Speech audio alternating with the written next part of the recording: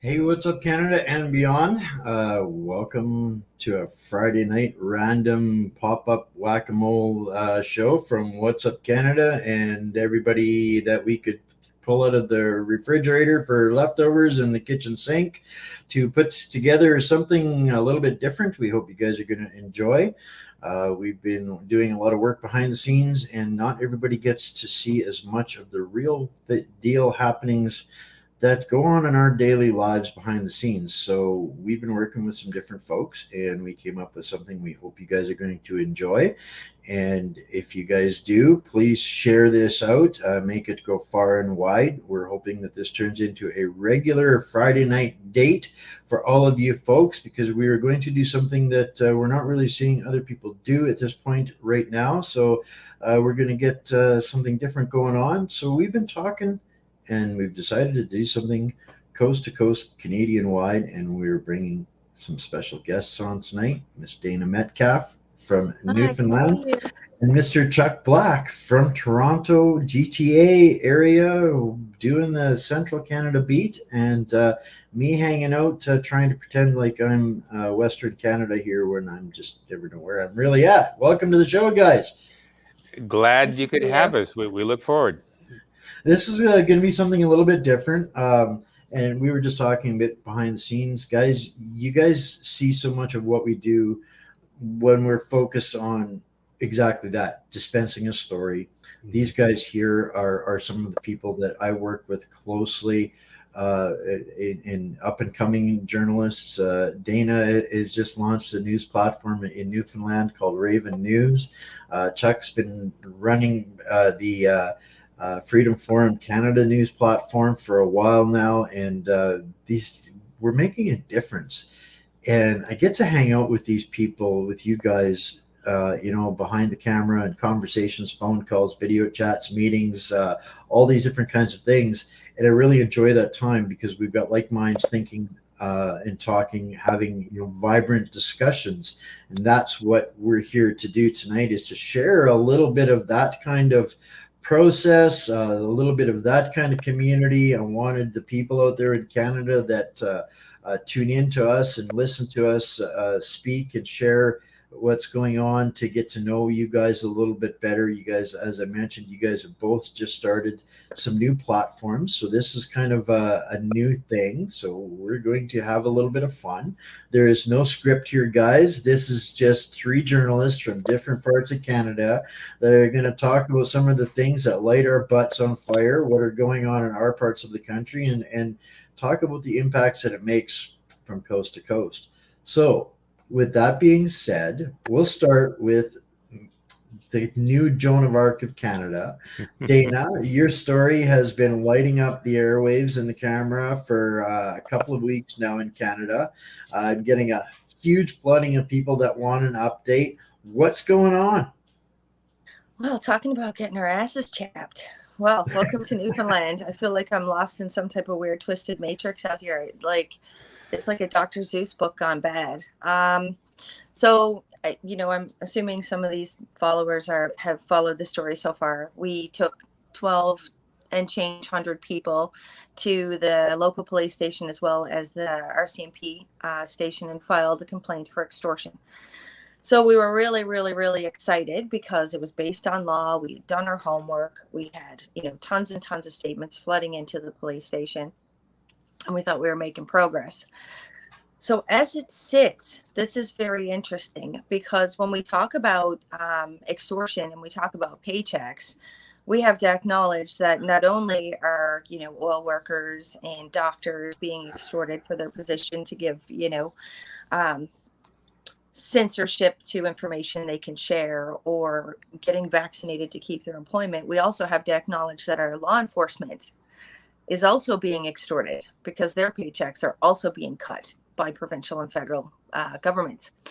So we opened up the two files symmetrically. The RNC, which is the Royal Newfoundland Constabulary, which is our local municipal police force, were gung-ho. They were like digging in. They were requesting statements. They were kind of like fully interactive and could see from our perspective the extortion that was happening on the people. The RCMP, when we opened up their file, never ever responded back to anything. We didn't get. It was this is already lighting me up, and I see Chuck's kind of twitching there already too. Two completely different police enforcement agencies, and you're right out of the chute. You were seeing two completely different responses. Oh, like completely different. So the RNC requested that that we provide them with statements to follow up with these 1,200 people. So we created a Word doc to make it simple, stupid. People could just click on it, fill in their information, and it would go right forward to the RNC. The RCMP wasn't really returning any of our messages.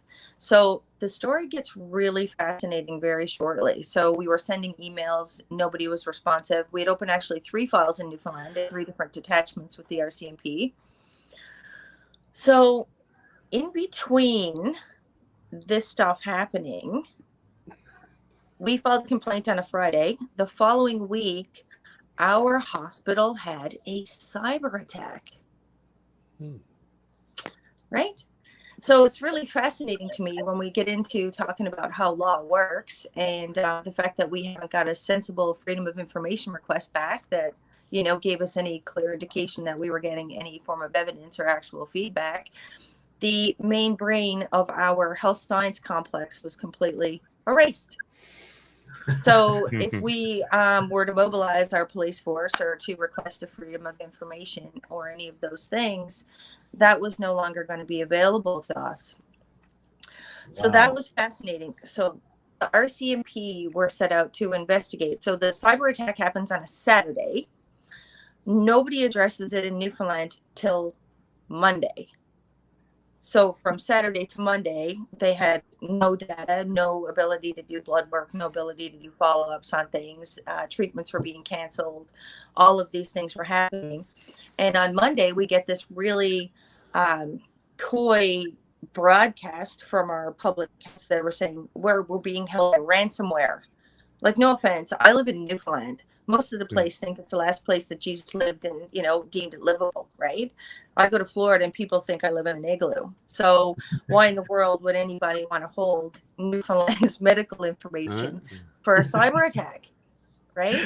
Yeah, of all the places on earth, that's kind of convenient, on the weekend where they need things to disappear, that they get cyber attacked. Yeah, and one of my complainants that I had listed in my statement to the RCMP was the digital minister, Sarah Studley, because she was the one that had infiltrated my Newfoundland business page and modified the people that were going to be under these mandates. So she's the one that umbrellas over the digital world of the hospital. So plot thickens. Dum, dum, dum. Are you ready? Because this is where it gets really interesting. I have a lot of friends right now because I've kind of turned into like the feeding zone of Newfoundland. When people want to share things but are afraid to share it themselves, they generally reach out to me. So I was reached out to somebody by management in the hospital that told me that if she could talk to me, but if she got caught talking to me about it, she would be fined upwards to $100,000 from her non-disclosure agreement with the hospital. So she went on to explain that said cyber attack happened through the vaccine passport portal. Wow.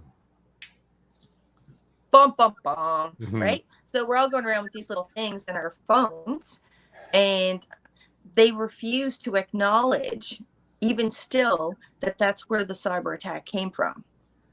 So Chuck and I were just talking about this on a show on his station last night about how every bartender, every waiter, every door check, has access to your private medical information. Now, apparently, all you have to do is file an investigation and the whole world can have it too. Mm-hmm. Right? Fascinating. It's really interesting because we didn't hear back from the RCMP, but a couple of days after this cyber attack was announced with our provincial health ministers, the RCMP released a very on social media. Okay, so we have 1,300 people that have filed criminal complaints. None of them have had the ability to give their statements. None of them are addressing the passports. I mean, I can send you the information. It was all about extortion and how people were, trying to keep their jobs.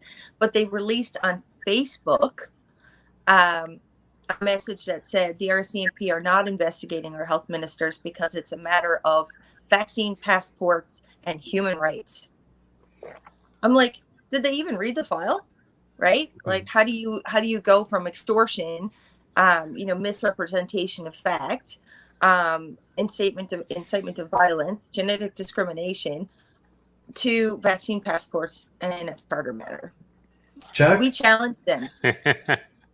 Chuck, you got to chime in here. Something, and some of this has got to be making your radar just go absolutely mental. It reminds me very much of a piece I pushed out 2 days ago under the title, Why Saskatoon City Council Went from Seriously Considering to Mostly Rejecting a Very Divisive COVID-19 Bylaw. And a lot of what I found out just by following the news story spread out over 2 months was that the provincial government won't talk directly to the municipal government of Saskatoon. The municipal government of Saskatoon hates the provincial government of Saskatchewan. They talk to each other through the legacy news. They issue press releases to the CTV network and to CBC, and then they get 2 or 3 more days to react to what's going on. There was explicit instances in this story where somebody responded on Facebook, somebody else said, I don't know how the government could possibly do this. The municipal city councilor said, boy, you guys don't even listen to us. The provincial government press release person says, we don't even know who to call. And then in spite of all that's going on, the provincial bureaucrats and the municipal bureaucrats and the independent medical authorities all issue their own press releases. And they hope everybody else is understanding. And I think it's like the dumbest thing in the world. I don't understand why somebody at the municipal level or the provincial level won't call their counterparts at the other level of government and work out what's going on.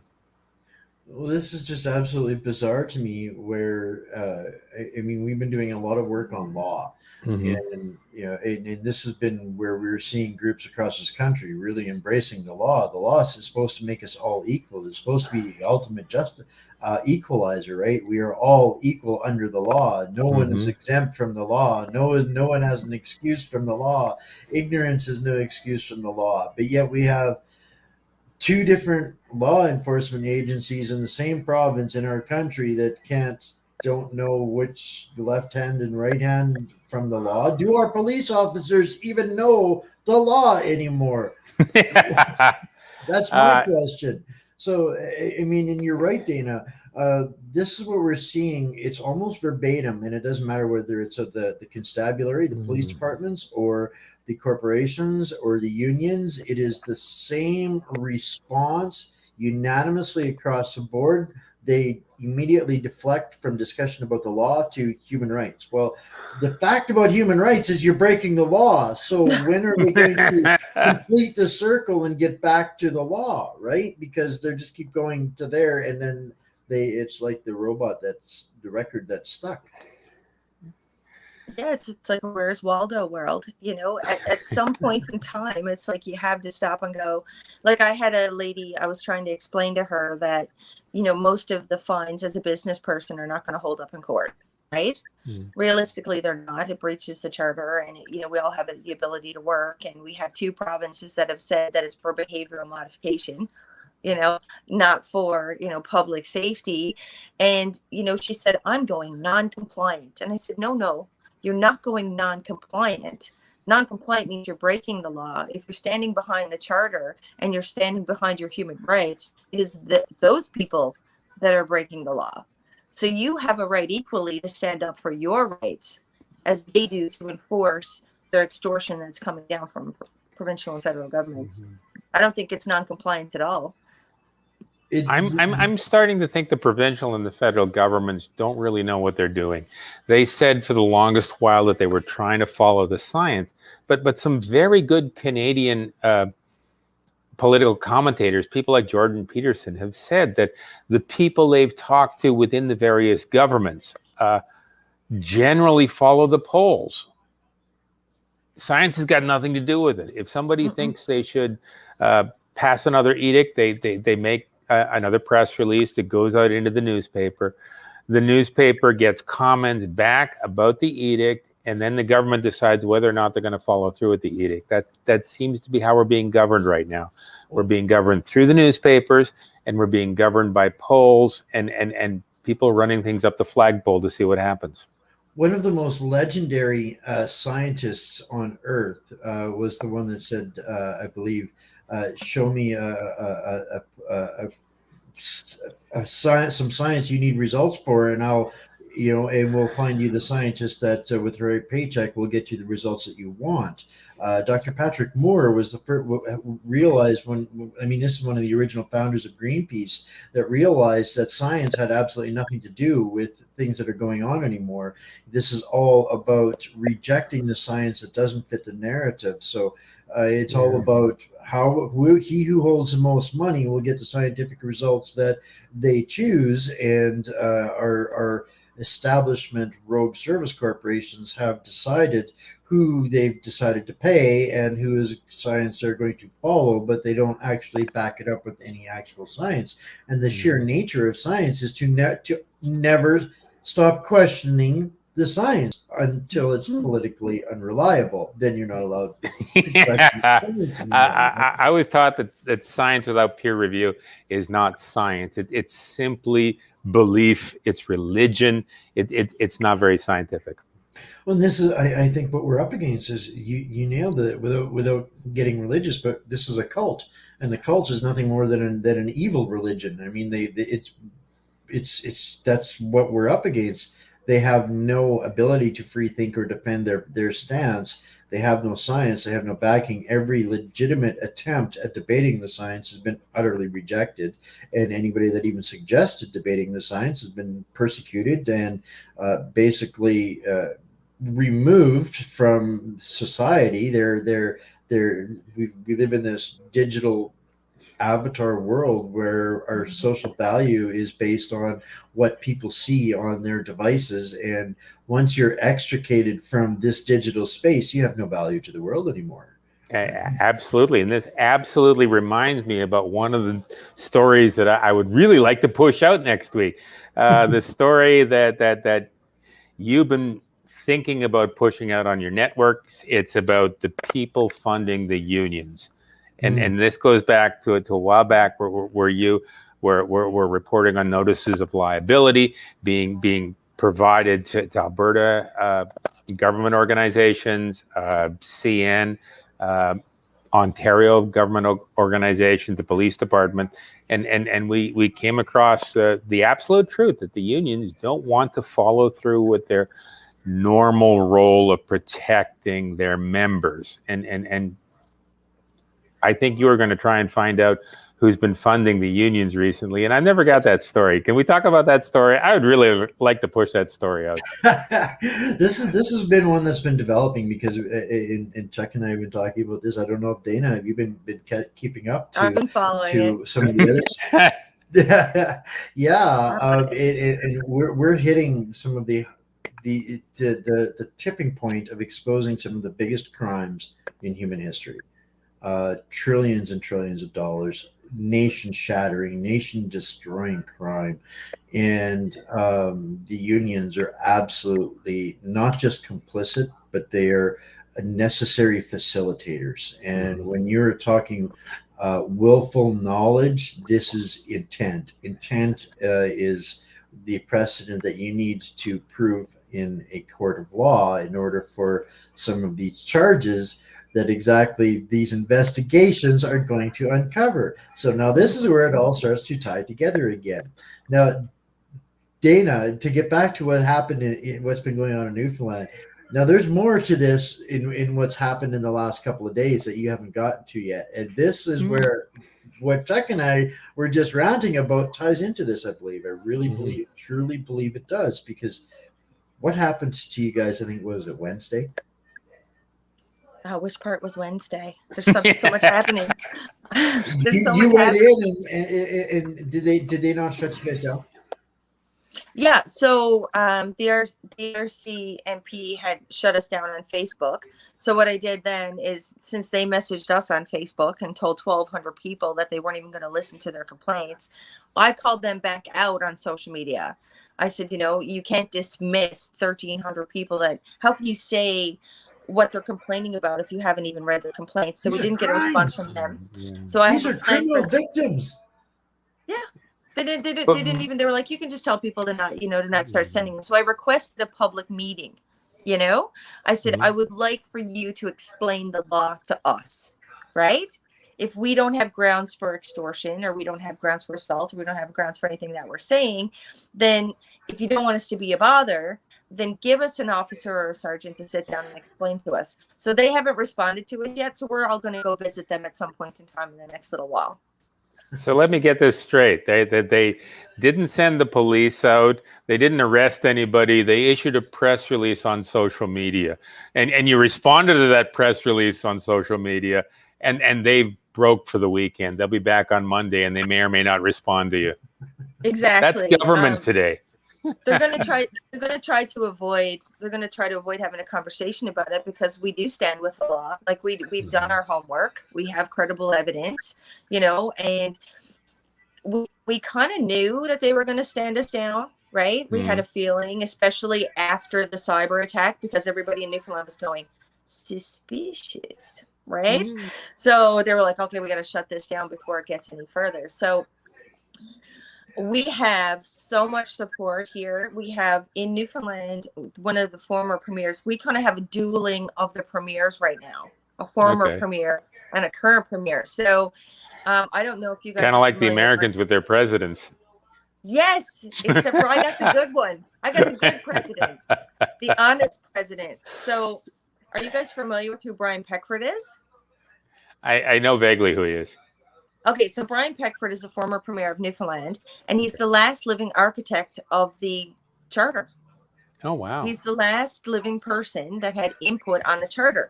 So he had put out to every premier across the country that he expected them to put it in front of a judge to perform a charter challenge, right? Take it, put it before a judge, see if it holds up against the charter, and then you can proceed, because he knows it's wrong. Okay. So out of all the provinces that he sent it to, nobody got back to him except for one. And that was Newfoundland. And Newfoundland's response was, I'm not going to give you an answer, and you're not allowed to talk about it. Ouch. Right? So why wasn't he allowed to talk about it? Well, he just basically said, no, you don't have my permission to talk about it, but we're not going to give you an answer. So, I've had the personal opportunity, because I'm working with Brian, on helping us some things out here in Newfoundland, and Brian's ass was chapped. And I'm telling you right now, that's not a man that you like to chat on, because if I give him double talk, he calls me a bureaucrat and gives me a whole pile of shit. So I was like, oh boy. So a couple of days later, he sent me a link to a blog where he said like, hey, I'm going to talk about this. Right. Yeah. So now he's pissed off as a beehive, and he calls me just like, well, what's happening down there now? And I'm like, okay, well, sweating bullets. I'm like, I'm glad you're not my premier that we have now, because the one we have now is far more of a pussy. So, and I just said that in front of a whole pile of people, but we'll just leave that there. So he hooked us up with the Justice Center in Ontario. He pulled some favors for us, and we have another trick up our pocket. Let's put it in, and it's probably a better opportunity than even using the police force. So we're up to our neck in paperwork here in Newfoundland, getting everything ready to rock and roll again.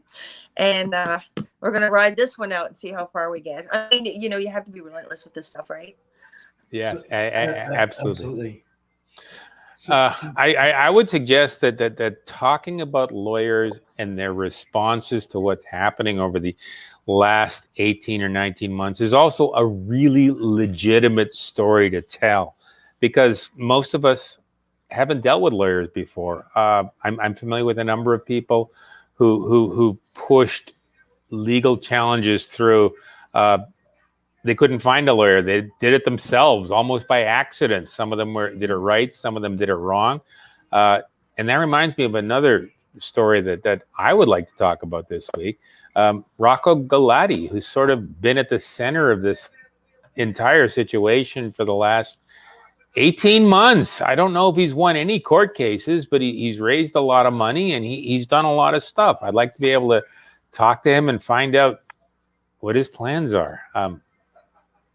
I know he sued somebody. He sued another independent blog, Kenneth Law, about 3 or 4 months back, and I'm not even sure if that's gone anywhere. So it's the interesting thing that I'm seeing right now, especially in the last week, is in my inbox, I've had half a dozen lawyers reach out to me, legal aids, all different kinds of people within the legal establishment, and I'm seeing this happening more and more and more across the country. I think we're getting to a point in where this whole narrative is going, that it's time for this discussion to be on everybody's lips. Yes. We're done with the debate. Everybody is absolutely hung over to the max, the worst wasted they've ever been, and the worst white girl wasted they've ever been. They are COVID done, and we want answers. People want investigations. Nobody is screaming for violence or heads to roll, but there's enough of the malarkey, the lip service. And this, I kind of feel bad for this politician a couple of weeks ago, but I threw her under the bus for lip service when they said, as you said, Chuck, they don't know where they're going. And she had the nerve to stand there in front of a room full of 500 people and say, oh, keep emailing, because these guys are just like you. They don't know what's going on. They don't know what's coming. And I said to her, I said, how dare you, that's scary, as an elected leader, tell these people, do you realize what you've done? You've told them that they have no leadership. You guys are absolutely clueless. So then we have no choice as the people then to take it down to foundational basics, and that means the letter of the law, which eliminates all of the debate, all of the discussion. And this is where we've been working so hard, to bring the conversation to the things that eliminate all of the garbage, all of the labels. And I think we're getting a higher level of discussion. We are bringing out lawyers to the table. We are asking the harder questions. The independent media is asking harder questions, even from all sides. And this is how we have democracy. What we're doing here right now, holding our own people to account in discussion, in public, meaningful discussion. We have to do that, and we have to get used to being okay with that on all sides of the fence. I don't know if we necessarily have to be okay with it, but you just said that lawyers are coming to you. They're asking how they can be of help.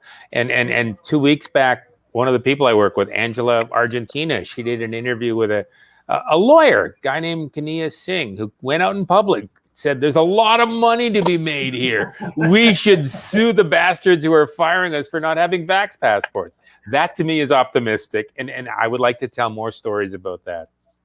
Well, tell me if you're not getting more attention from this side of the spectrum of discussion, Dana? I mean, are you not hearing? I know you have. You've Yeah. heard from Rocco. Even you're hearing from Yeah. constitutional lawyers. You're hearing from people from the whole spectrum of these things. I think we're finally at a point in the discussion where we can be optimistic about these kinds of things, because now there is going to be a clamoring, exactly as you said, Chuck. And this is something that I've been telling the lawyers, any lawyer that I've spoken to for the last month. I said, if you want to have an illustrious career, make the choice and stand on this side of history right now, and you will have your cup overflowing for the rest of your days in your career.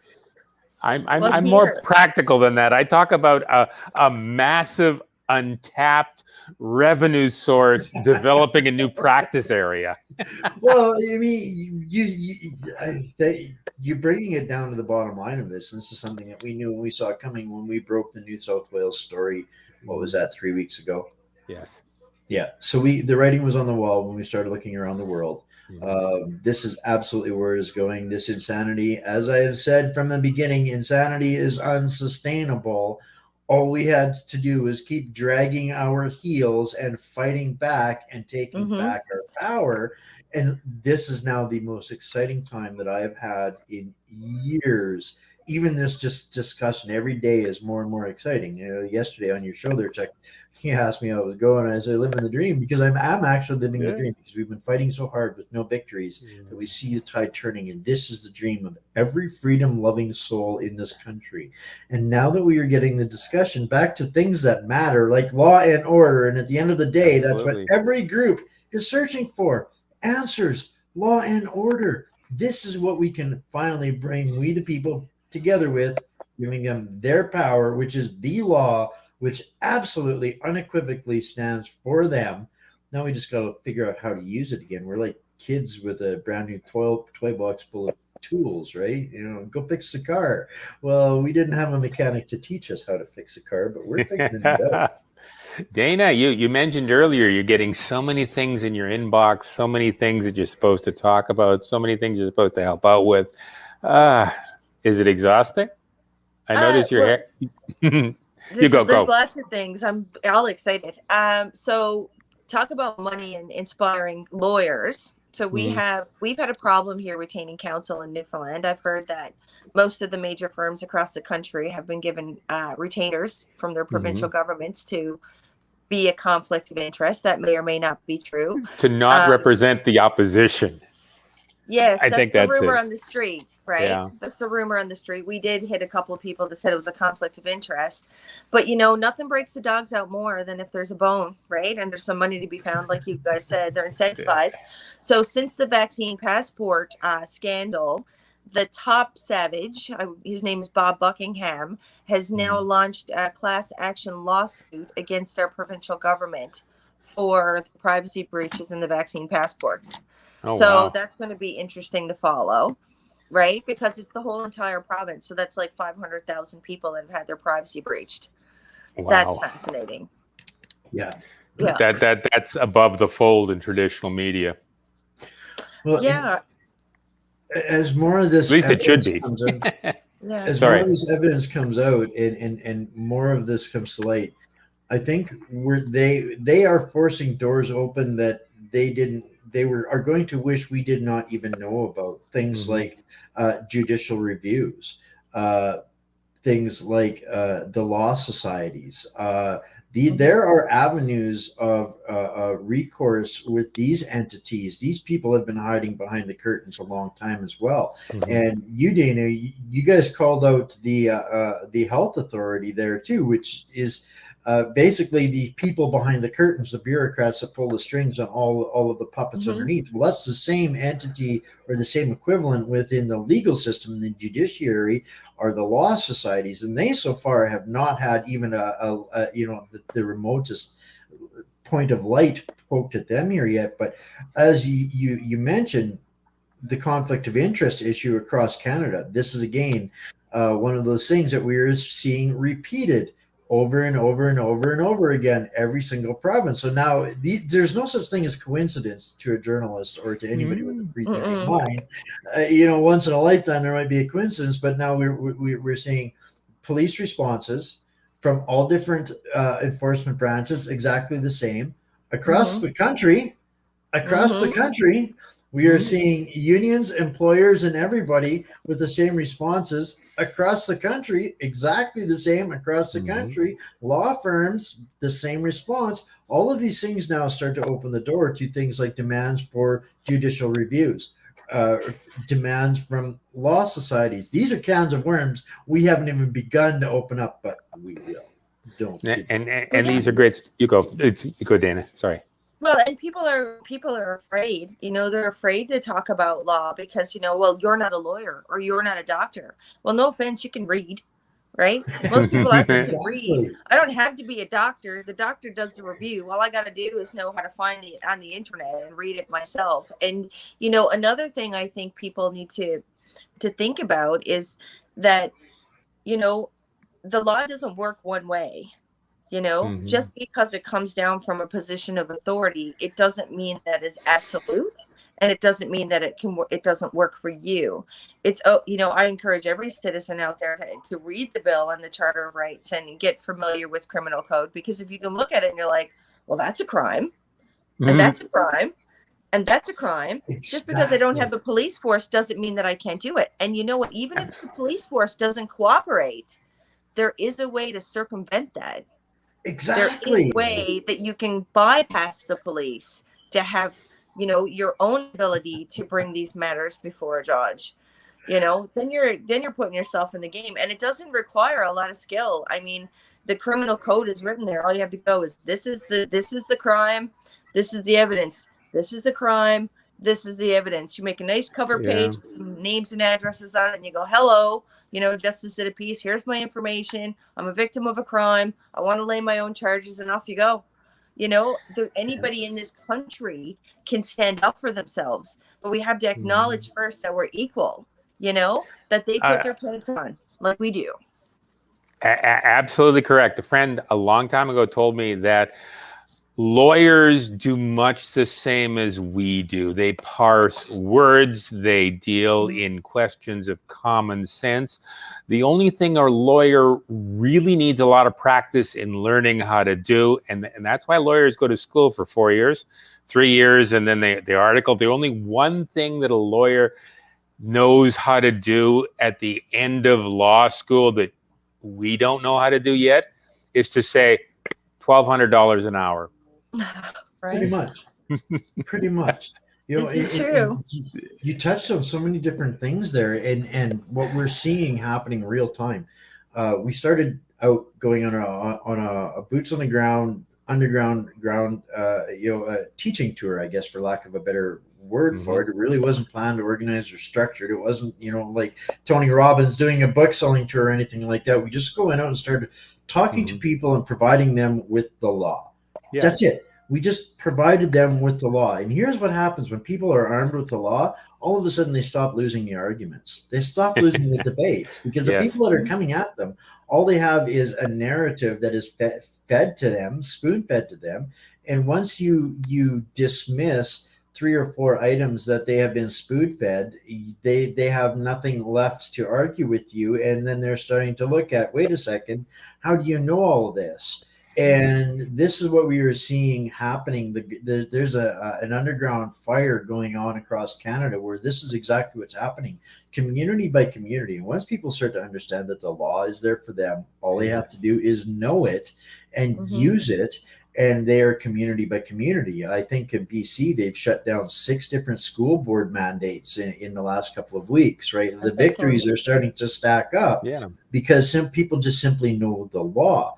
At some point here, these lawyers and these politicians and these racketeering criminals, they see this as coming, and we are starting to see a huge shift. And like you said, a dog with a bone, there's nothing that a lawyer can sniff up faster than money. So I think that this is exactly why we are seeing such a turnaround in the attitude of lawyers and I think that's the trend that's absolutely going to continue. We're getting blasted with people with questions about whistleblower laws, these kinds of things. The whistleblower story last week was really wonderful. Thank you for suggesting it. Well, this was something that need is the mother of all invention, right? Yes. And this was something that we know we don't know what we don't know, and sometimes we don't know what we need to know. I didn't know that. Journalists needed to know more about high level whistleblowing stuff. So we have, it wasn't that a story came to us. This was something that was born out of necessity. I called you up, Chuck, and I said, Chuck, we need to know more about this because this is getting serious, and the crimes that these people are exposing are getting serious. And we're getting back to where we kind of started out at the beginning of the show here with some of the biggest crimes in human history, with the racketeering that is starting to be uncovered. Dr. Martin and his magic bow tie. Oh my gosh, if I ever had a man crush on another human being, he is the guy right now. That was the video he pushed out from the conference just a couple of days ago. He named some really serious names. He good corporate names that we can now track and follow and validate independently, hold them to account by law, by corporate law. It's a wonderful world we live in. It's mind-blowing to me how far out from under the carpet this is, and we're still seeing people pretending to play stupid, police pretending to play stupid. I have a question. Seems we're here because if I'm not educated on something, which I'm not educated on lots of things, because that's why I like to be a critical thinker, is there a way that people can get rid of their politicians? Like, no offense, but they're supposed to be public servants, right? Yes. This is the whole concept, is that we elect them to do our housekeeping on our political matters, right? How can we can't fire our servants? They have strong unions. They have strong, well-funded through foreign mechanisms unions. The problem was in 1992, they gifted themselves a get out of jail free card. It was called the Little Child case, and you give people go look this up. Right, and this is exactly it, where a precedent was set that there is no method or mechanism of accountability for an elected official except for to replace him with a newly elected official. So, people, it is really just that simple. Understand a couple of things. This is top down for an agenda with bottom up implementation. You are the slaves doing the bidding of foreign corrupted rogue service corporations that are making you guys break the law. Just stop. Tell your small group of local Gestapo servants, because that's what they are. They are either accomplice or they are read in or taking part in what is going on. And if they hold out too much longer following this line, we're going to be able to prove that they were knowledgeable and their intent was there. You don't understand, Wayne. I want to go along with the New World Order because I mean they'll come for me last then. We're right. I think we might be in line first. What? I said we might be in line first. I did something really cool yesterday, just to take off the topic of politics. If you want to hear something really interesting. Yes. Because politics is good, but people is important too. So, just to get into what these mandates and stuff actually mean to people is yesterday was Remembrance Day. And normally here in Newfoundland, they have gatherings and stuff at the memorial sites. But we had like 4 degrees, rain and sleet, right? It wasn't very nice. And we have this really sweet woman who's 99 years old, and she's a war veteran from World War II. So she couldn't actually attend because they moved it inside of a church, and she didn't have a vax pass. Oh dear. Now, talk about corruption and tying in corruption with that is our churches. We've got the legal documents that show that our churches were incentivized by the provincial government to implement the vax pass. What a sad story that is when your government Yeah. prevents a war vet that created our freedoms that we have in the province, and incentivized the church to separate faith from its people. What do you think of that? I think I used to work for a church up until 3 weeks ago when they fired me for not being double vaxxed. Did they really? Yeah. I actually got on the Laura Lynn Thompson Tyler show a week or so ago, and I got to talk about it.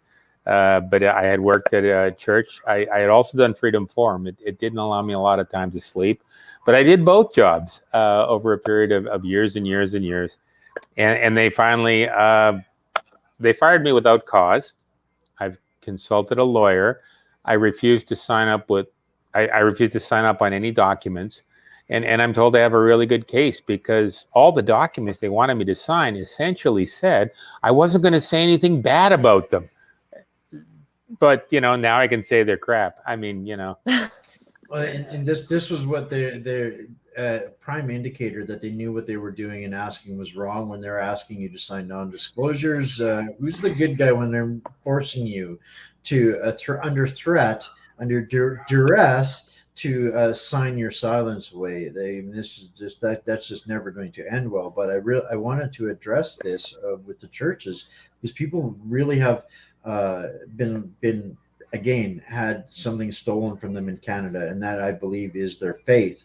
I started to deal with the first time in my life a couple of years ago with street preachers, and I was fascinated by what would drive these pastors to the streets to be street preachers.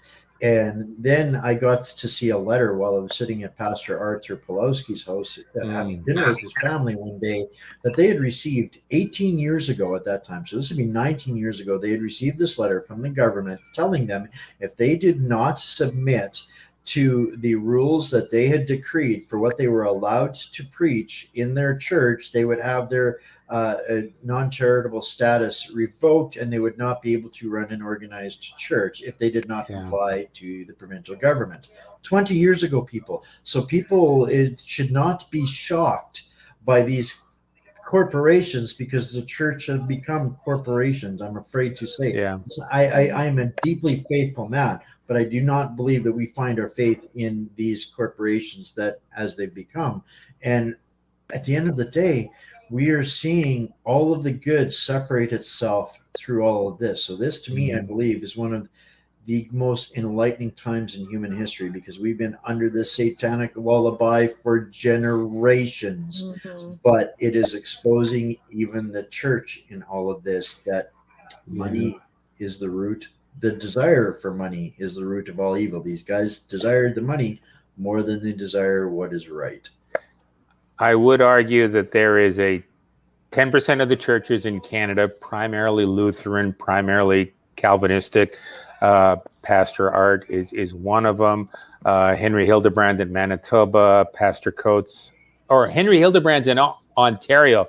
Pastor Coates, a couple of others. There's about 100 of them altogether. Absolutely. Yeah. But they're doubling in size over the last year. Every last one of them. Yeah. And the legacy churches are dying. Yep. And I think it's a beautiful thing. Yeah. All right, guys, we got down to about 6 or 7 minutes here. What's going on? We'll start with you, Dana, too. What's coming up this coming week? What's happening? What are you looking forward to? What's cooking on the books that you can tell us about? And what can people do to help or get involved, take part? Go. Well, okay. We got 6 minutes. So we have Raven chapters across the country.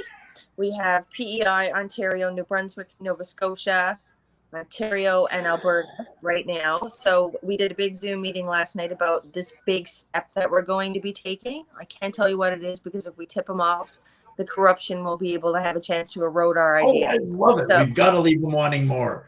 Well, there's no choice, right? We can't do that. So I had a big Zoom meeting last night, and I mobilized all those provinces to do something once again, which will be a first for, this type of thing to happen in our country, to take a stand against this government tyranny. So I'm up to my neck in paper and research with my team across the country. And I'm hoping that by midweek next week, I'll have something pretty exciting to share with everybody. So that's what I've got going on. One thing at a time, right?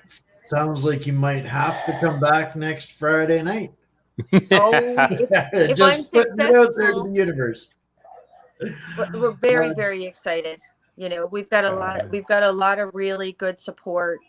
You know, Brian Peckford's been great. The Justice Center's been great. You know, you guys have been great with helping provide us with additional information and stuff like that.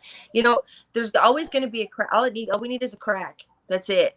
Because when water swells, when it freezes, it breaks things wide open. We're on the doorsteps of winter, and it's a perfect time to crack that shit wide open, right? So that's what we're doing this week. Couldn't agree more. Chuck. Oh God, I want to do a piece on either Ezra Health or some of the other alternative healthcare facilities that are growing up across Canada, where unvaxxed and very competent doctors and nurses and healthcare workers can deal with people who don't care whether or not you're vaccinated, people who want the best healthcare possible. We've got part 2 of our COVID symbolism piece. It's a 4-part piece coming out. Rosemary Free is doing some stories on the growing death rates in Europe and in Israel, places where they're on their 3rd or their 4th booster shot. I think I mentioned Rocco Galati. That's it. I probably got 7 or 8 more on top of that. I'm hoping to push them all out. But I'm hoping 1 or 2 stories come from you as well, and I'm hoping 1 or 2 stories come from Dana as well. Again, my focus these days is on building out a distribution network. In the old days, a circulation manager was the most important job in a newspaper, and I think social media distribution is really important for online news. So at that website listed right there, people can volunteer, sign up, intern, get a job. It probably pays in only goodwill for the time being, but you guys have got stuff going on. Absolutely. Go to that page, look for the link that says we're looking for smart people who do things, who can write for us, who can distribute content for us, who can just sort of sit there and hold our heads especially my head, when it starts to explode with all the information. We have an open meeting every Sunday night at 7 p.m. Email me at freedomforumcanada.com or at chuck.black@protonmail.com, and we will get you into the Sunday meeting, and you'll get some sense of what we do. You'll get to pitch some ideas, and we'll have a little bit of fun, and maybe we'll get some good content out of it. That's really awesome. And a couple of things to kind of tie off on some of who I wanted to give you guys' platforms and what you guys were doing a lot of time here today, but I also wanted to tie it in together, that the collaborative work that we were able to do, and some of the difference that it's making in the universe of things, in the universe of the fight. As we help each other, we get stronger. And what we do over at Ethics Over Fear is been able to really help facilitate a lot more information, a lot more connectivity. We've been helping Dana with information, Chuck with stories and information, and we're looking at what's coming down the board. And the team over at Ethics Over Fear, I think, is to me one of the most gifted things that I've ever had the opportunity to deal with, because the level of talent, the level of conviction and commitment and skill sets that is so abundant over there with people that are doing all of this for the right reasons is really making a difference. We're about to launch, stay tuned over the next couple of days, guys, investigations branches within each province, because there's a lot of crime going on. And we're not lawyers, but damn, we're really good at uncovering crime, right? I mean, who better than us right now to help people put together the nuts and bolts, the pieces, the stories, the truth, to continue with making this public knowledge. And so collectively we work in our fields, doing our things in our places, our communities, doing, spreading the truth there, but it has a bigger impact. And for those out there that are paying attention to what we're doing, Ethics Over Fear, first public announcement, has been invited to sit on the steering committee for the legal and ethics department for the World Health Council. So what we are doing is impacting mindset and stuff, and that message is going to carry to the world. I tell the audience here all the time, guys, the world is watching. They are literally watching, and what you're doing now is influencing the world. So on that note, I want to thank you guys for coming and hanging out with me on a Friday night when you could have had a date or something, or like a real life. I don't have a real life. I've given up on that. But this is. But in genuine honesty, guys, this is, we are making Canada again. That's been my closing line for like forever. Together we will make Canada again. And over at Ethics Over Fear, we look at it a little bit differently. We take that a step further, and we're building a future together, right? Rebuilding a future together. And this is what it's going to take: a whole lot more brilliant, beautiful people just like you guys, doing what it takes, doing what's right, not what's easy. And I'm very grateful on behalf of our audience that you guys took the time to hang out with us here tonight. And I hope you all had enough fun to come back and do it again. We'll let the audience decide how that's going to go. So share the shit out of this, guys. If you found value, share it. If you find value in the work that we're doing, when we're speaking to the business people, the big time people out there that are taking part now, we tell them generally, if there's two things: if you can't take part, boots on the ground, but you want to take part, whether it's financially or digitally, work, whatever, there's a place for you. You are not alone.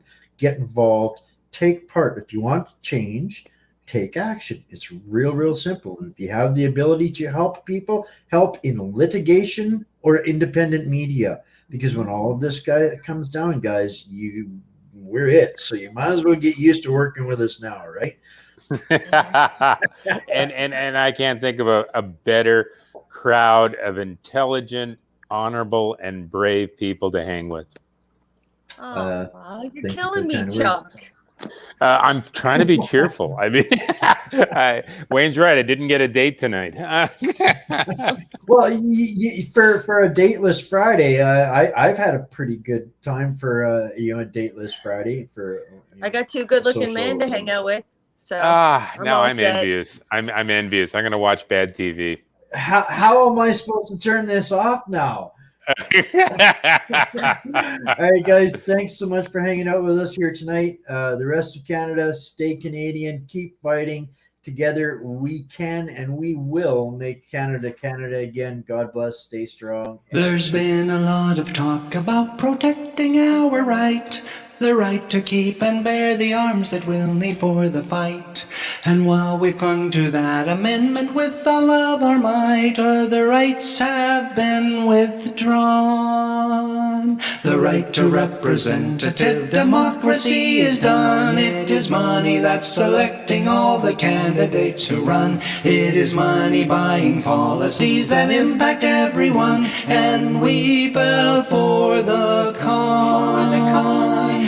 Tyranny just overthrew ya. Your guns no use 'cause they outdrew ya. But you don't realize it, do ya? The truth is now long gone. Our leaders passing laws that only benefit the rich. They take our last resources with a clever bait and switch. HMOs and banks and corporate CEOs that they enrich. And that's what's going on.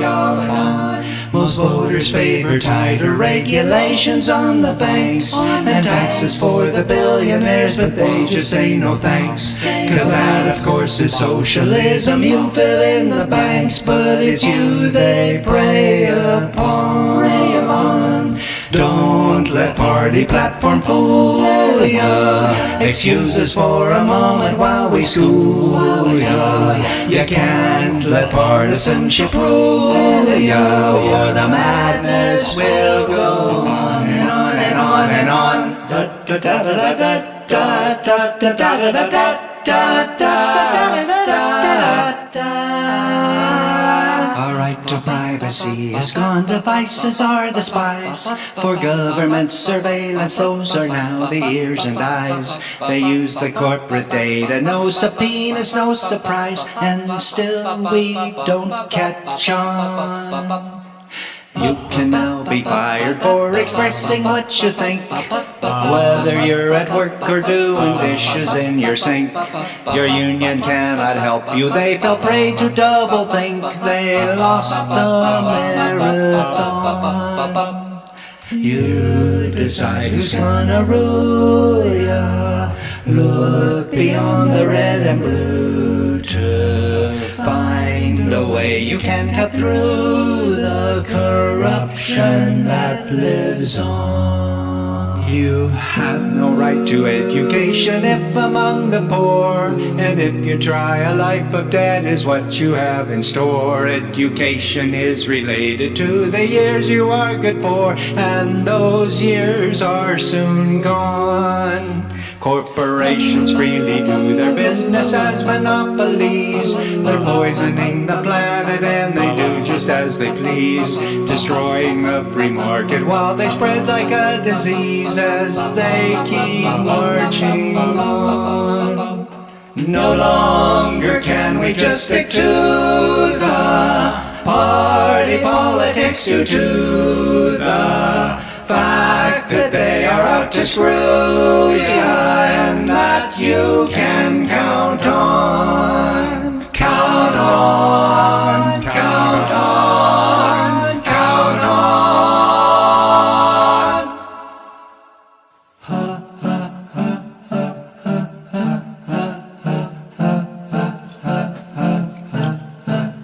50 companies provided all the news in 84. Now there's only 6, it's 44 less than it was before.